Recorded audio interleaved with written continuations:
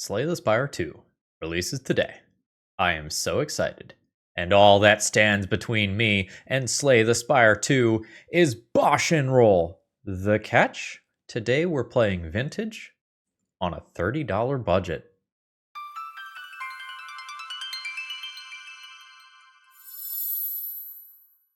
Hello folks, Phil Gallagher aka ThrabenU here for a very special video. This is a value vintage video, a showcase of the format with friend and my fellow podcast co-host, BoshNRoll. Large John has funded this awesome project. So this is a budget vintage format on a $30 budget. Specifically, it is TCG market price. And to casually shout out my sponsor, Moxfield allows you to toggle which prices you view. So if you want to play this format and see whether or not your decks are going to be valid for it, you can mess with your settings on Moxfield and go ahead and change it. Large John also wanted me to shout out the members of the Value Vintage team, especially a Balanced Breakfast, one of the admins of the Vintage 30 Discord server, as he helped him assemble these lists and kind of get them on budget and whatnot.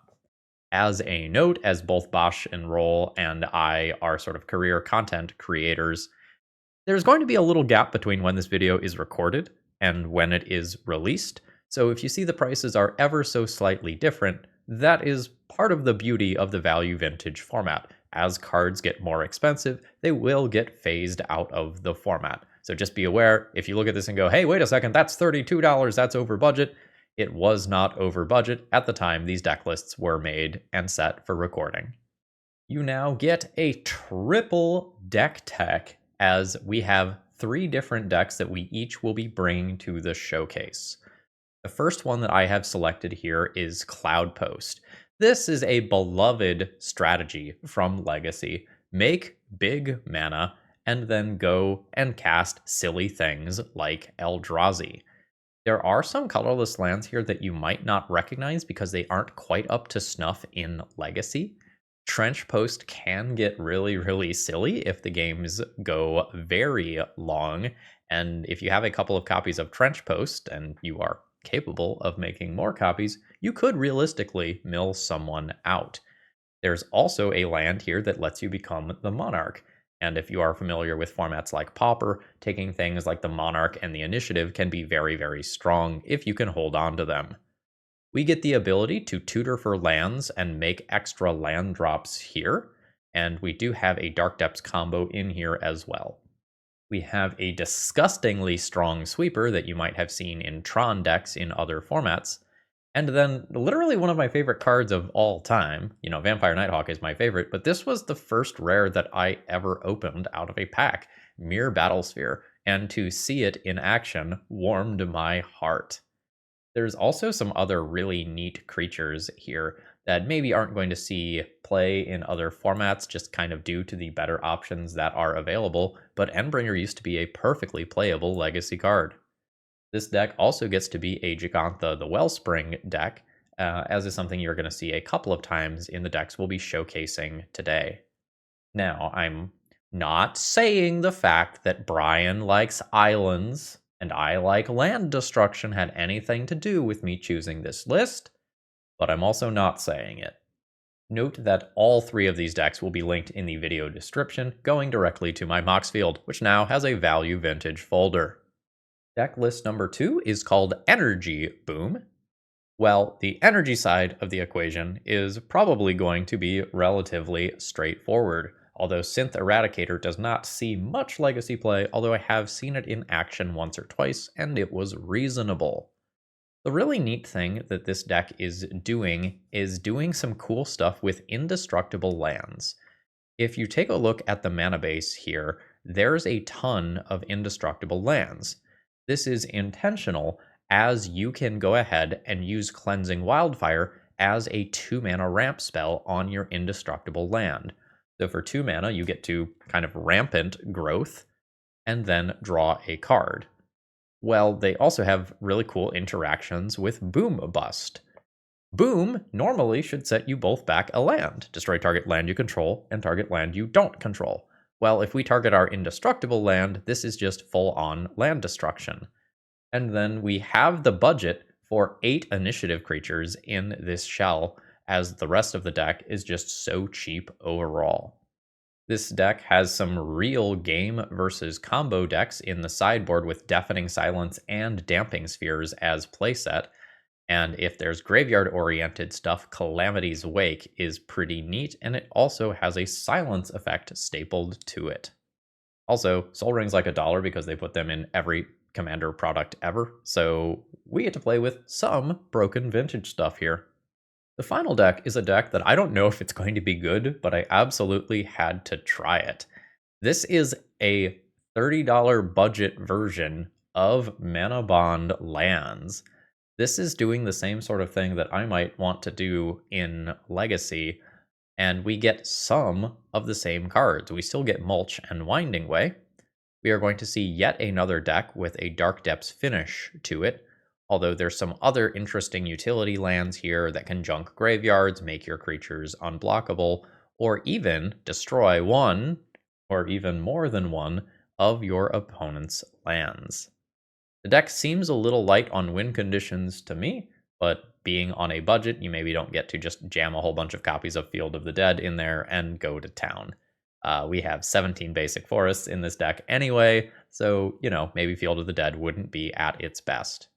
But then we have a handful of things that are just going to allow us a little bit of selection with our lands to make it so that we can ultimately assemble Dark Depths plus Thespian Stage to win the game, or otherwise beat down with Sandman. The sideboard features a pseudo Maze of Ith style card, some additional graveyard hate, generic removal, land-based removal, and then a handful of things that might be good against combo decks. If you are looking to try out Value Vintage after this, please consider picking up some cards from TOAMagic.com and using my promo code ThrabenU to save yourself a little bit on your order when you do so. As of the time of recording, I don't know what exactly BoshNRoll is bringing to the table. I told him what I was playing so that he could pick his own decks that would be distinct from these, and he immediately responded with, yeah, I wasn't going to play any of those anyway. So our tastes are very different. Let's go figure out what Brian has brought to the table. Let's battle. Alrighty, let's get things going here. I know what decks Brian has chosen. Brian has chosen Crashcade, Nadu, and Pox. So we'll see which of these it ends up being. I have a reasonable hand with lands and spells. I don't have the Manabond that I might like, but hopefully this is fine. I can look for a Manabond decently well. Brian on a mulligan to 6. It's Pox, baby! Stitcher Supplier hits play. Oh, we got Bone Shards. All right. I will just drop a land and pass the turn. This is an instant. I can cast it in a minute. Timeline color. Sure. Drix Warlock. And this can come back later for its warp ability. Or no, it was just played out normally. So let's gain some life here. I will take the Sandman, although that's one we would have preferred to leave in graveyard. Go ahead and play out the Lair of the Hydra and get Malevolent Rumble going. We're probably looking for a Manabond here. We miss. I'll pick up Thespian Stage, though. And I did hit another Sandman here, so I can start playing those as of next turn to block these creatures from getting in. No! So I can bring this back at 5 mana, but it means that I don't get to use it as a blocker next turn, which is a little unfortunate. Gnawing Vermin. When it enters, target player mills 2 cards. When it dies, target creature you don't control gets -1. Okay, that's all fine. Brian will mill himself. No, it's a Hogak! Alright, some creatures come in. I think I am just taking the hit here. I can cash this in for 2 later, but I might be using it for this. Alright, rip my Winding Way. Yup. Now, I do have some lands that can just nuke the Hogak from graveyard. Fairy Dream Thief. Surveil 1. Okay. Got it. You think Tabernacle is in my deck? $30 budget? What do you think? This is unfortunately still the Hogak here. I think I'm just fully getting run over. I could maybe still assemble Dark Depths Thespian Stage. I think that's about the best I could do here. All right. So land drop, Manabond, move to end step, say yes, put all of these into play. Then let's go ahead and return this. I will get a forest as well. All right. Sandman is here. Sandman is big. I'm taking a terrible amount of damage this turn, though. All right, here comes the pain. Everybody is coming to party. I will gain 2 life here. Going to 6. Brian's got 1 card. Ooh, it's a big one. That one flies. Don't suppose this has reach or anything. Oh, hello. Dark Depths. Last turn. This does fly. This does fly. It's not like Brian is just immediately dead to this stuff. I thought Brian was just going to run over me. That was not the case. Yeah, I had some good top decks here with the Manabond and then the Dark Depths. It is a swamp. Nice. End of turn. Thespian Stage. Target Dark Depths. Tapping 1 and 2. I will keep the 1 with no ice counters. Creating a Merit Lage. I will now go ahead and return Thespian Stage to play. Looping these. Keep the untapped 1. Ooh, nice. So if I attack, this thing dies. There's another land. I can make a very large Lair of the Hydra to block this. I need to just not die to this, though. So if this blocks, Brian gets another card. I think that's fine. In for theoretical 20. All right, there's the block. Manabond will trigger. It's not going to do anything. Brian will lose 1 there. I don't want to see this land destroyed. A Bloodghast has haste. Ooh, you can cast from graveyard using the warp ability. Sweet. All right, everyone but the flyer coming in. I'm going to go ahead and target Dark Depths here. Go 1, 2, 3, 4, and 5. Keep this one. Thespian Stage. Target Dark Depths. Do this. Keep the untapped 1. Now I will go to blocks, kill Hogak, kill this, take 2 damage in process. Going to 4, Timeline Cutter, chilling in graveyard. This can enter tapped. Do I have lethal? So 1, 2, 3, 4, 5, 6. Recount. So 1 plus the Hydra itself. 1, 2, 3, 4, 5, 6. 6 plus 9 seems to do it. Any tricks? Doesn't seem like it. Punchy time. Yeah. Hot damn. We get there. Very close game. That was some sick gameplay. So some number of scavenger grounds to exile graveyards sounds good. Do I want Ice Flow for the big flyers? I don't know that I do. Blast Zone and Field of Ruin are going to be worth thinking about. I don't know how much I want to destroy Brian's lands. Like, I don't get to destroy the basic swamps. I don't know how many ways he has to sacrifice Eumidian Hatchery. I think I'm going to turn Dust Bowls into Blast Zones. I think I'm not going up Field of Ruin. I will, in fact, turn a Field of Ruin into one of these. And let's just assume that I never touch these inside boarding and just, like, turn a forest into a scavenger grounds. Actually, how about, what does this thing do? I'm not impressed by this land. I think basic forest is better than that card. The ETB tapped lands seem bad for like activating Sandman purposes. We'll keep 1 of these. All right. Yeah, this is totally fine. Eumidian Hatchery starts ticking up immediately. There's the Surveil 1 creature again. And Vermin to graveyard. I think I am just putting the Manabond into play. The black deck on a $30 budget probably doesn't get to answer an enchantment. And I can potentially cast both of these next turn, and then the following turn go for a big mulch line, where I do my combo thing. Undead Butler.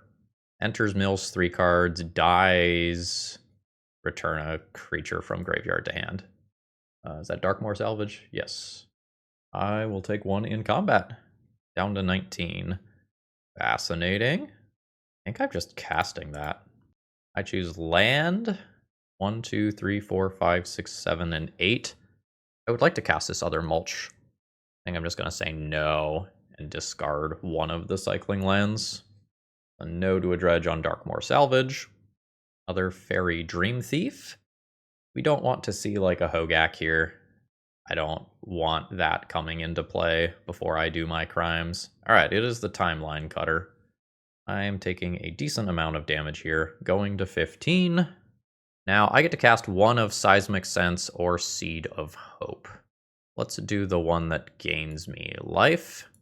I will take the Forest to hand. Alright, so now I will go land drop into mulch.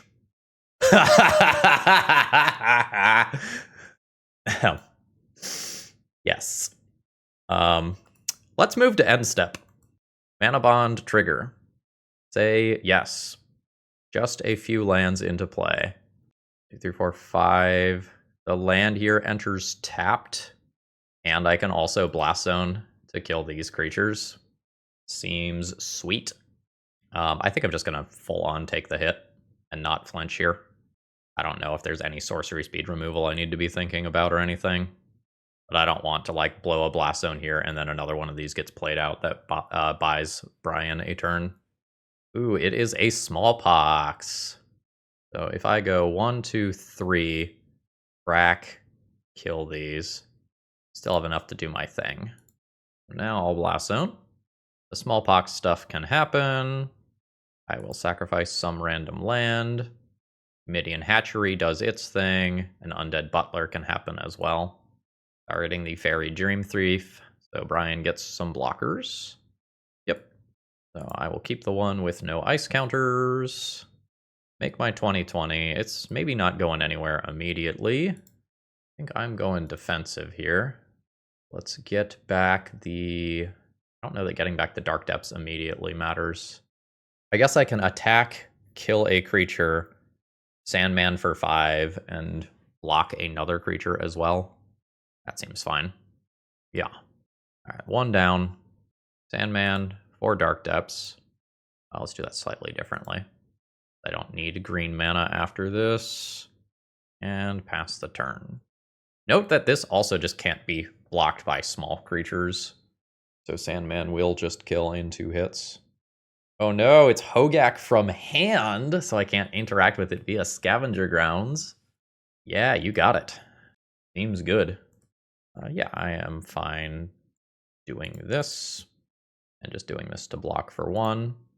Alright, I am at 10. So am I on the defensive now? I might be. I think I am. I can like try to find a second Sandman and start looping them. Or just accrue a few more lands and swing for lethal in a single go after a Hogak attacks. There's another Gnawing Vermin. Brian mills some cards. There's definitely a fear of Brian going wide and killing me over the course of 2 attacks. Alright, little friends are coming to party. I will block one of them. I don't know that I want this one to go to graveyard. I'll take 2 going to 8. 2 Souls of the Lost. Okay. This doesn't look good. So there's multiple flyers here. The Hogak can block this. I suspect that I die without counting it out here. I think I go block, block on the 2 big ones. Actually, maybe Brian can't all-out attack.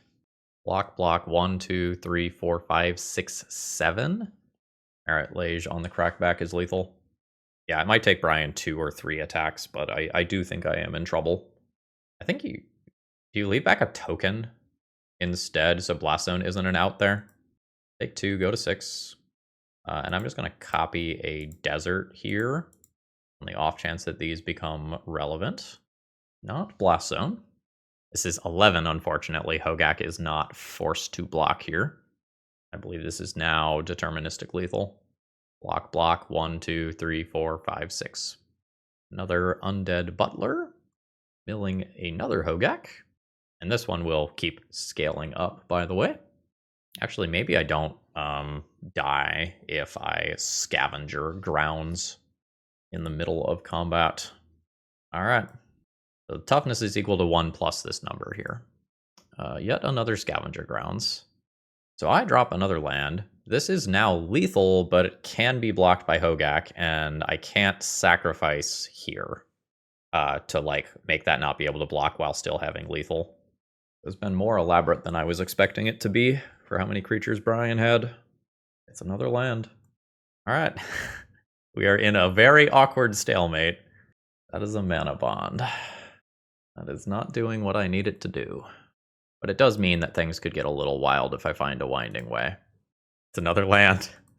This is tense. That's a forest. I can now force a Hogak block if I want by using 1 land to nuke the graveyards. So souls can't block. Hogak has to block. I can use another scavenger grounds to then nuke the remainder of the graveyard so the Hogak doesn't come back. I will have 1 blocker. I block a 2/2. I can take 1, 2, 3, 4, 5 damage. This maybe grows another time through scavenger grounds, though. I think I'm just passing. Very awkward. That has haste. Does that put it over the line? Seems likely. So I block this. I block a 2/2. I will nuke the graveyards to shrink that. Unfortunately, I still die. Bloodghast put my opponent over it there. We needed a little bit more. It was not coming. Ice Flow?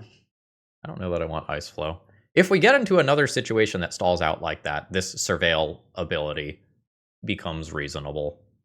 I could also play Void Mirrors to like stop Hogaks from happening. It seems like I stall Hogaks okay, though. I'm going to play one of these. I still think the ETB untapped lands for these matter. Maybe I'm wrong. Maybe I'm wrong. Maybe I should believe in the card that is in the deck. One way or another, this is a good round of Magic, though. This is reasonable. It's not fast, could use a Manabond, but it's reasonable. I think I'm going to get an ETB tapped land out of the way on turn 1, though. Alright, there's a Fairy Dream Thief. Oh shit, it's Manabond. Very nice. I will intend on doing that next turn. And I will cast Seed of Hope on my opponent's turn. We're both doing okay on clock. That last game was a slow, grindy game, but I do not feel like I am currently in danger or anything. Alright, there is Souls of the Lost. Discarding a Hogak. Alright, scary card is scary. I'll go to 19. And then I will Seed of Hope. I'm just getting a forest there. So let's go land drop, Seismic Sense. I'm gonna take the Dark Depths, I think. Then mulch. Nice. 1, 2, 3. And step. Say yes. So I have enough mana available to Scavenger Grounds the Hogak if it looks like it's getting into the castable range. How much mana do I have? 1, 2, 3, 4, 5, 6, 7. I also just have 7 that I can funnel into Lair of the Hydra. 6 if I use Scavenger Grounds. Ooh. Yes. I think we're just good there. All right. So let's Winding Way. Choose land. I will put a land into play. Let's boot up Lair of the Hydra. Ooh, this is only X equals 6. This would trade. Let's just chill then. And I can use some mana to surveil and nuke a graveyard. I will take that hit. All right, there's a Gnawing Vermin as a mill 2. Now I need to be watching the Hogak. Yeah, so this is a point where I go ahead and just Scavenger Grounds. I'll sacrifice that to its own ability. All right, cool. End of turn. I will go ahead and surveil. I will say no to that. I will say yes to Thespian Stage. Now that becomes my plan. I will just pass turn here. We have shifted away from the Lair of the Hydra nonsense. I think this is an okay time to just blast zone and kill all of those so that Hogak is not a thing that I have to worry about happening immediately. Yeah? Alright. Handful of cards there, including a Timeline Cutter. Alright, there's a Fairy Dream Thief. Yep. Alright, no attacks. Here's Thespian Stage on Dark Depths. Keep the one with no ice counters, and now I get to Surveil as well. No to Field of Ruin. No to this. I will just bring it back with its ability. Malevolent Rumble as well. Excellent. Let's go ahead and do that. Rogue's Passage is fucking hilarious. Rogue's Passage. Target creature cannot be blocked this turn. Hey, there we go. GG's. Awesome match. Okay, my opening hand here just does nothing. It is just all mana. This second one is fine. I'm going to keep it. I think I'll probably get rid of the Synth Eradicator. I am hoping not to be playing against Nadu this round, I think. I don't know. I think I'm hoping to never play against the Nadu deck. So, we're just blowing up lands. Which side of this is the one I need? I need Boom. So I'll target my Indestructible land and Brian's Destructible land. No Spell Pierce style card, so we're good to go. Excellent. Basic land. So I think I'm going to do Guaranteed Ramp here. I will go ahead and just Cleansing Wildfire. Say yes. Pick up a Plains. Draw an additional card there. Did not hit the next land drop, though. All right, there's an island and a pass. I think I just Cleansing Wildfire my own land again. Pick up a mountain. Did not draw a land, unfortunately. Next turn, I can play initiative stuff. And I can play initiative stuff every turn forever. That is a Wizard Cycler or Trinket Mage. Trinket Mage can then go and get Shuko. Alright, I see the lines. There is the Shuko. I think I'm just playing the one that attacks for more. I need to end this game. There's a mountain. Play a mountain and pass turn. I can die this turn to Nadu plus Shuko. So there's land drop. There's Nadu and Shuko. Oh, nope, it's Nadu and Nomads instead. So I suspect that we are going to be dead to just Dread Return on Thassa's Oracle. Ooh, sweet. There's a Lab Maniac kill in here. Alright, I live to untap. That's pretty sweet. How much removal is in this deck? Fascinating. I think I'm forging. Okay. I mean, yeah? We're going to see 6 more activations here. Ooh, balance. All right. Actually hit some lands this time. All right. There is a replacement Nadu after a few clicks. Ooh, and there's the Cephalid Illusionist. That's the one that will outright kill me. I will take out the Nadu first. Go to combat. Ooh. All right. I think I'm... There's still going to be Cephalid Illusionist plus Shuko. I think I'm seeing what happens with this. Is Synth Eradicator. Don't know that that does anything. Is there a 4-drop that does anything? What if I blew up all of the lands? Say no. Now I will have 6. Alright, there's Cleansing Wildfire. I'll do that on my own land, I guess. Get a mountain. I think that's all she wrote, though. So the Cephalid Illusionist combo is now going to happen. With Nadu, the cards were going to hand. And I eventually knew that this was going to be coming, but it was not immediate. Now we are being set up for the full-on Dread Return. So I'll let Brian click through. We'll see if there's any... What is an Angel of Glory? When it enters... Oh, I remember this. When it enters, exile all zombies, then return all human cards from the graveyard to the battlefield. Sure. That can get Laboratory Maniac and an Azami, and you use the Azami to draw a card so that you win with Laboratory Maniac. Woohoo! Phantasmagorian as well. Fascinating. Just as a 6/6 beater? Alright. And note that since you have since you have multiple wizards, the Azami kill is pretty good here. So it looks like it's not Oracle. Oracle might be too expensive. This is pretty sick here. I've got a few different ways I can go. I think I just overpower my opponent's creatures in a fair capacity. So do I want something that I have to hold up? I think that's fine. I think it's also okay to just use this as Time Walk. Pseudo Time Walk. Let's do Synth Eradicator out. How do we feel about Balance? It is a stupid enough Magic the Gathering card that I probably just leave it. Maybe I trim a couple other 2-drops. I'll leave Wrath of the Skies, although I think it is a little hard to cast, to be honest. With 2 ETB tapped lands here, this is not exciting. I don't accelerate into my big stuff very well unless I get lucky off of Amped Raptor. I think I'm going to ship this. Oh, this one's sketch as well. I don't have a good land for Cleansing Wildfire. I'm going to go to 5. I think I have to stop being picky at 5. Okay, this is the best hand so far. I will get rid of Static Prison. I think I just need to find another card like this later. I think I keep the things that let me curve out into an initiative creature. Rushland and pass.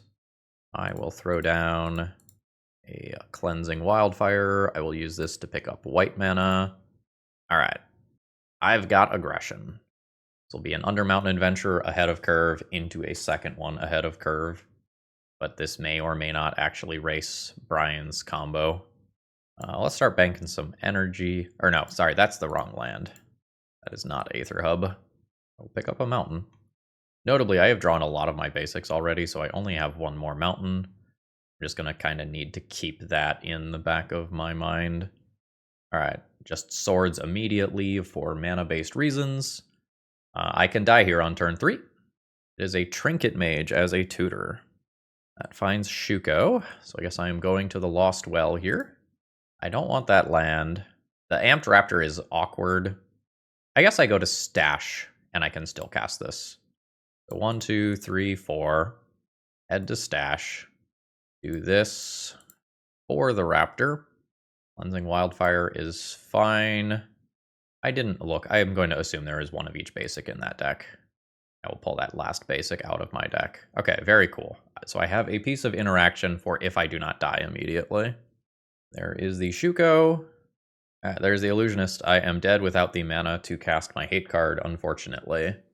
All right, so now we are at the point where the library is empty, so we will now see the Dread Return on the Angel of Glory, returning Azami and Laboratory Maniac, and that easily kills me. Yeah, this is basically a legacy deck on a $30 mana base, or rather former legacy deck. I don't know why you would play anything in this format other than that Nadu deck if it's legal. GG.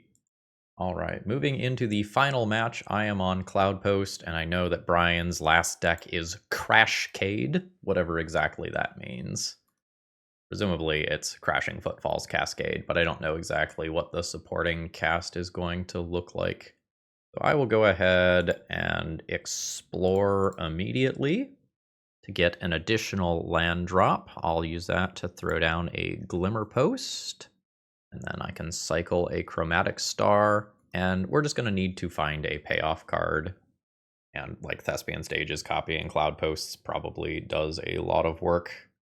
Ooh, a Trench Post as well. I'll go ahead and start here with Explore. Ooh, there's an Endbringer. So there's a Glimmer Post. There's a Trench Post. This is what? 4, 5, 6. We're just good. Endbringer. All right, it is in play. This card is sweet if you haven't seen this one in action before. Ooh, there's Violent Outburst into Crashing Footfalls. Yeah, absolutely. So it looks like there's some red removal in here that could punish a block. That said, I think I'm probably still just blocking. All right, no attacks. Fantastic. I will just cycle this immediate. No. We'll do for green. So yeah.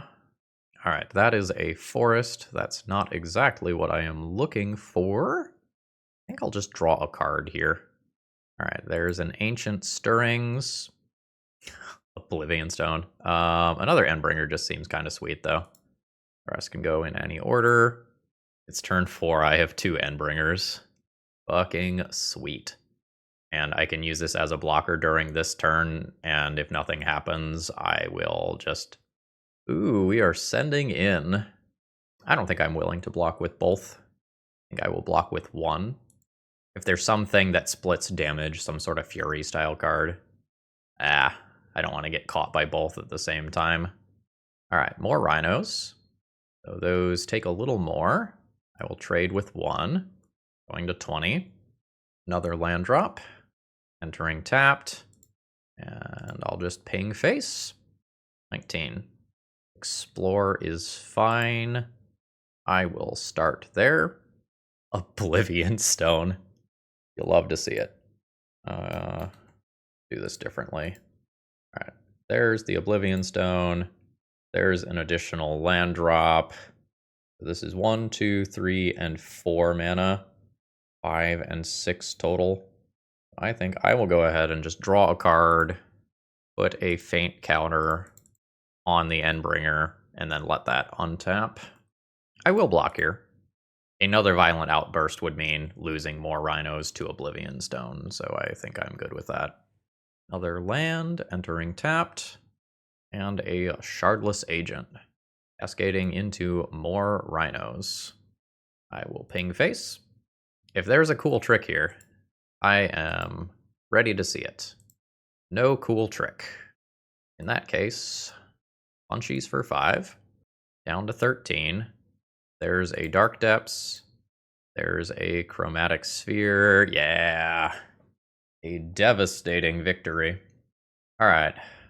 So we have Fire Ices to think about. That's something that can kill cards like Endbringer when paired with a Rhino. Spirit Guides, Initiative Creatures. Fire Ice can tap down my stuff as well. Sweet deck. I think this is something I would have enjoyed as well. Maybe not. I don't hate Ooze. I don't hate Contortion. This is just another Ratchet Bomb. So I 100% want this.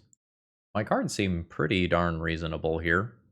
I don't know that I need to sideboard much. I think I'm just going bigger than what he is doing as long as I don't get run over. I might drop the Monarch land. That doesn't seem particularly great here. And like, just go down one of these cycling permanents. Didn't even need to use my Gigantha that time. I might have had mana to put that into my hand, by the way. Pop that out. This hand looks considerably worse than my previous hand. I don't have a Cloudpost. I don't have extra land drops. I think we can do better than this one. Second hand is very bad as well. It has an Oblivion Stone, which is cool. But I have like 1.5 lands here. My deck is very mana heavy. Do I just believe? Maybe I just believe. Get rid of Chromatic Sphere instead. Keep a guaranteed thing that can help stabilize the board. I think I need to cycle stuff. Alright, that is doing it the hard way. That is suspend counters. Or rather, time counters. It is suspended. Another Oblivion Stone. I'm just looking for mana-producing lands. This is a great card with 2 O-Stones in hand. I don't think that's what I get. I think I will pick up Cloudpost. Despite the awkwardness of that not being an untapped land next turn for Explore. Second land drop comes down, and we are getting violent. There be rhinos. Okay, cool. So now I can go Glimmer Post, gain a life, Explore, tapped Cloudpost. I will take 10 here. Next turn, I have not enough mana to activate O-Stone. Oh my god. Alright, apparently I needed to take the Filigree Silex. I thought we were operating on this timeline, not this timeline. I can get a Trench Post. That's not gaining me any life, though. I have 3, 4, 5. I need 8 to do this. That's not happening. I can get some redraws. We're looking for a Filigree Silex. That is not a Filigree Silex. We will cycle again. Play a new one. Cycle. That is a Thespian stage. That is just a little bit too slow here. 4, 8, 12, 16, 17, 18, 19, 20. That'll kill me in one go. I do not have time for the Oblivion Stone. GG. I think I needed to take that land when I made that decision. All right, I am looking at a Cloudpost and an Explorer. This is certainly going to be a keep. So this will be Cloudpost, and then I'll pass the turn. Basic Forest, and we are suspending one yet again. Oh, nice. Another Cloudpost is fantastic here. We will throw that down immediately. Next turn, I get to play Mirror Battlesphere while also doing Ancient Stirrings. So, Brian, do you have a thing here? There's the Spirit Guide. You do have a thing here. There's some Rhinos. I will have 3, 6, 7 mana with these, so I can just Ancient Stirrings. Stage and Depths, or just play Battle Spheres forever. If I go for the Dark Depths, Fire Ice could really mess me up. I think I'm just going to try to outvalue here. So there's Trench Post. There's the Battle Ball. Note that the Battle Balls together can make an even more impressive Battle Ball. Alright, we are coming to party, though. I think I just aggressively trade bodies, just like knowing how good my top end is here. I'm going to overblock this rather than going in on a Rhino. Yep. So there's more. I will take 5. Oh, sick. What's this thing at? 2? Seems good. So if I play Thespian Stage and just copy a Cloudpost immediately, I still have 8 mana. So I think let's go ahead and go Stage, copy the Cloudpost, use 1 to Chromatic Star, cycle. Ooh, I think I just play another Battle Ball, though. Yeah. How much is this? X untapped. The 1, 2, 3, 4, 5, 6. I could tap, deal 6 directly. I think I'm good. New land drop. All right, this is the 3rd Crashing Footfalls. The final one is next turn. So Oblivion Stone is a thing. I'm just going to go ahead and copy a Cloudpost yet again. I will go... I guess technically I can leave that one untapped. I think I will just do this. Go to combat. Send this in. Trigger. I think that's all of them. Nope, that did not click properly. All right, and then we will let the last one of these come off. And we'll do this in the combat step so a haste creature can't be played out. Boop. Goodbye. The Noble Simian Spirit Guide. How much are these tapping for? 5. Yeah, I've got enough to like very easily do Explore as well. Oh, there's another Trench Post. Sick. This is mana. So then there's an Endbringer. Then I will go ahead and mill you for a bunch. And then I will go ahead and mill you for a bunch. All right, and there is the concession. I come up ahead in the value vintage showdown. Minus that Nadu bullshit, which is like clearly over the line. GG's. All right. So, Brian, what are your first thoughts on value vintage? The format's extremely powerful. That's my first thought. My 2 first thoughts. 1 is this is very powerful, and 2 is what can you even play in this format? And those are from Complete Novelty. I played 0 games, looked at 0 deck lists before putting together the 3 decks that I played here, and then I saw your 3 decks. So I've seen 6 decks in this format at this point, and played 3 total matches. And there were a number of times in our games where I was like, man, Damping Sphere would be good here. Can I play Damping Sphere? Is that $3? Is it 50 cents? I don't know.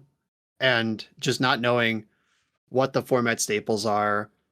Like, my guess would be Oblivion Stone is a very expensive card, but it must have just rotated out of favor in Modern, been reprinted in some Commander products or whatever, and now you can do that. So I was not playing around any kind of sweeper from your deck in that last round, and that can come with format awareness, or maybe that's just one of the draws to the format is people can find some important card that costs 5 cents and get away with it. Yeah, I had 6 sweepers, actually. I had the 4 Oblivion Stones and 2 Filigree Silex, the Ratchet Bomb. Yes. So that was a very, very favorable pairing for me in terms of the cards. Yeah, for sure. And Like obviously Blood Moon is actually a multi-format staple, something like that. You don't have to think about. Wasteland is an expensive card. Harbinger of the Sea is expensive card. So you would need something like Damping Sphere that I did look up, and you could get those for 50 cents. But putting 2 or 3 of those in your sideboard, how many matchups is that good for? And it eats up $1.50 of your budget. Is that worth it? I don't know. There's a lot to figure out here, and it's extremely stressful from someone who is at zero awareness of what's going on. Yeah, I had no idea what exactly I should be playing around at any given time. I had a better sense in the first 2 rounds, but versus the Pox deck, I was trying to figure out like, okay, what is sacrificing this land other than smallpox? I'm sure there's more things, and I just didn't know what it was going to be. Right. I found the gameplay very, very engaging and intricate. That first round, for example, we were both just inches away from death for a very, very long time.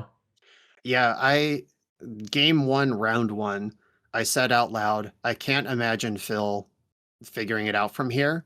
And then your next 2 draws in a row were Manabond into Dark Depths. And then it was quickly, oh, now I need to figure this out. I can't imagine winning this game from here.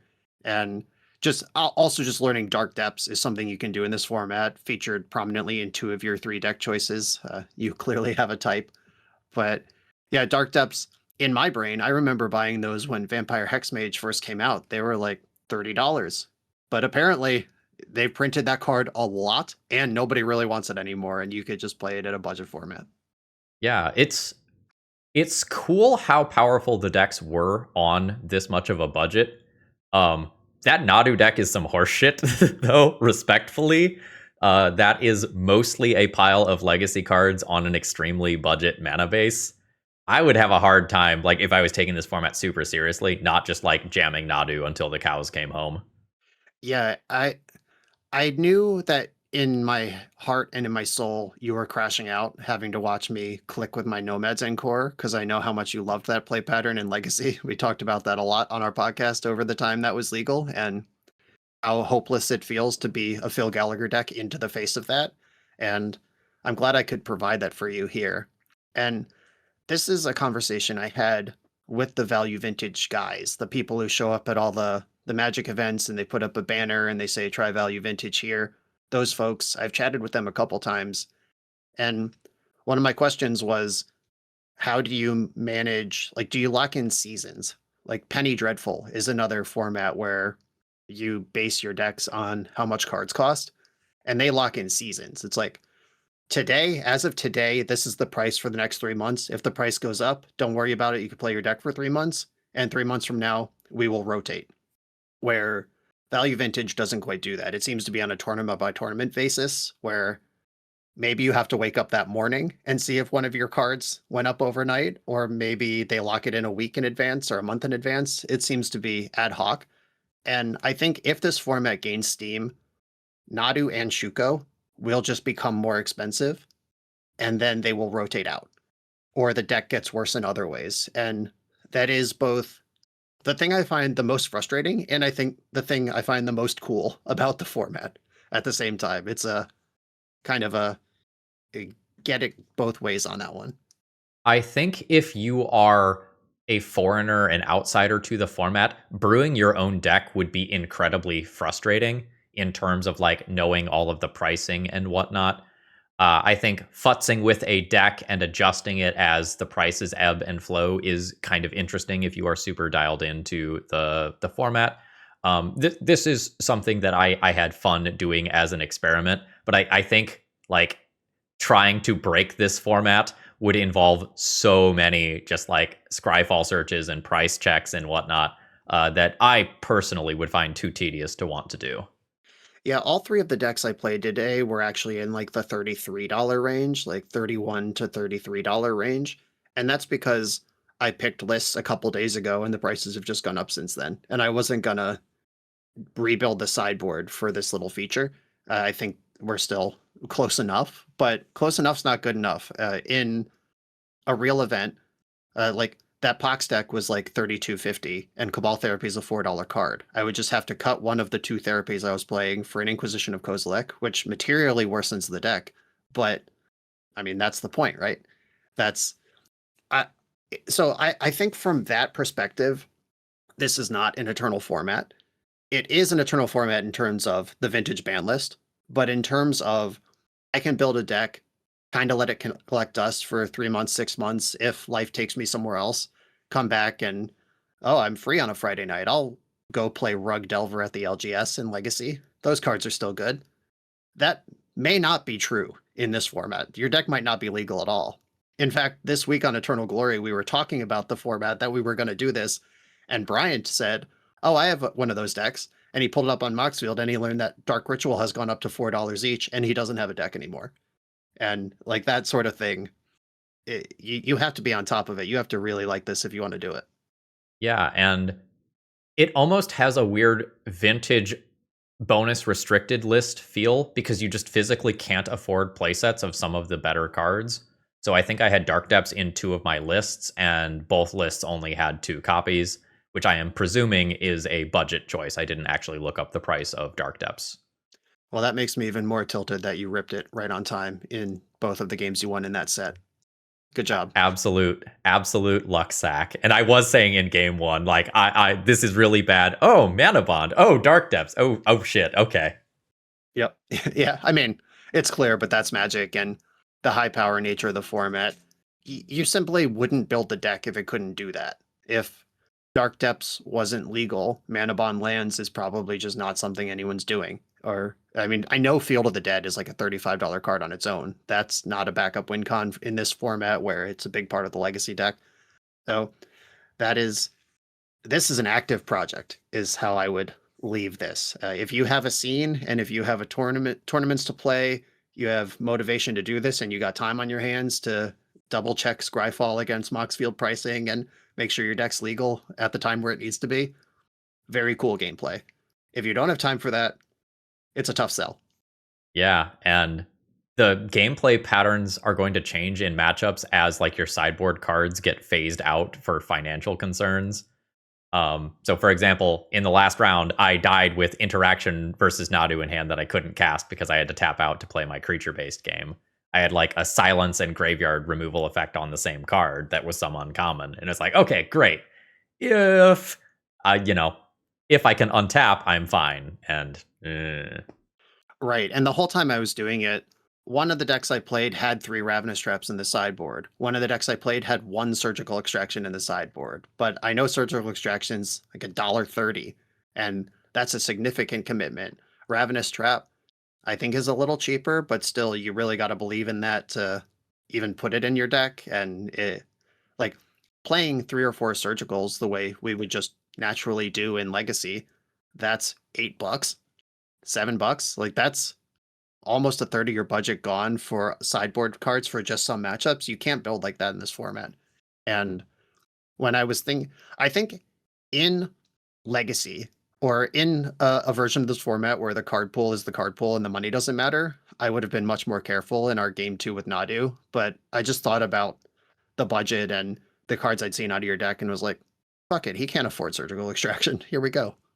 yeah, one of the other decks did have Ravenous Trap in the sideboard. Mm-hmm. So it was around. All right, Brian, any final thoughts here on the format?